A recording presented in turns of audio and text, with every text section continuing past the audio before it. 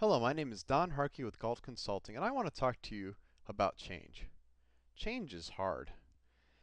Change is very, very difficult. Many organizations attempt to drive some kind of change, either to improve their processes, improve their profits, just find better ways of doing things, and they ultimately fail. Why is change so hard? Let's talk about 3 barriers to change. The first rule of change I call believing is seeing. As many of you already know, I'm a college football fan. I love the Nebraska Cornhuskers. In 1997, Nebraska played Missouri, and Nebraska was undefeated at Missouri. Missouri played hard. It was a tough game.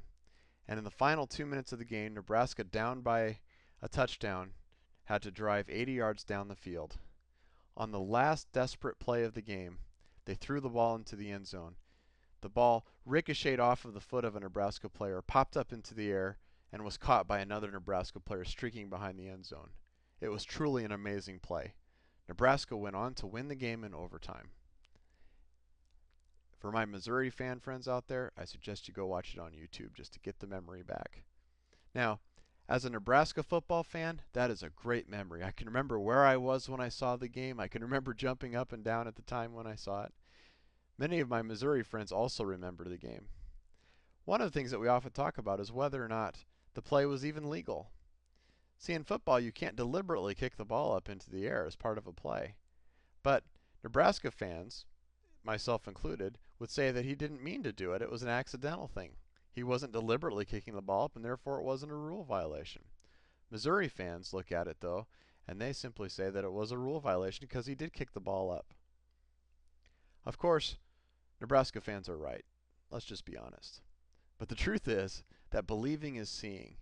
Depending on what it is that you already believe in and depending on where you are at will impact your perception of the situation.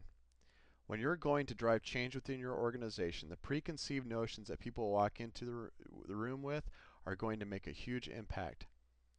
Think about saying things like, hey, let's go improve the company. The perception of how that company can be improved are going to be different, varying with different positions within the company. That is one huge barrier to change. But understanding the different perceptions is the key to overcoming it. Let's talk about the second rule. The second rule is saying is believing. Improve the company. As an example, what do we mean by improve the company? Here we've used some language, improve. What does improve mean? To our guy here on the left, who looks like a CEO with a flying corporate jet, he might be thinking about improving the bottom line for his stockholders.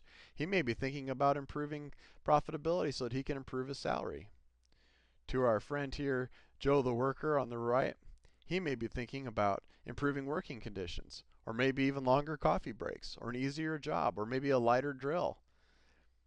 Talking about improving the company cannot begin until they both agree on the word. There are a lot of words that have a lot of baggage in our society. Think of the word management. When you say management to different groups, they think totally different things. One of the keys to overcoming this is to develop a common language. Understand what you mean by the words that you're saying. What does it mean to improve the company? What does it mean to understand, to have a vision for the company? What does it mean to have a mission? Before we can win a game, we must first all agree on the game that we are playing. 73% of change efforts fail. So how do we overcome this? This brings us to rule number 3. Saying is seeing. In 1960s America, segregation was rampant. Almost 100 years after the American Civil War, the black Americans still did not enjoy freedom in many parts of the United States.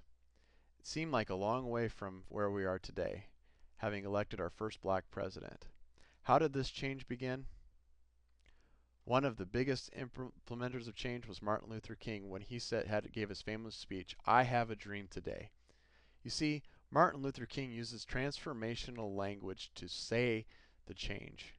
That's a key in an organization. Start saying the things, start saying what the future will be. Use your language to depict a new future. Hi, I'm Don Harkey from Galt Consulting, and remember, passion is productive.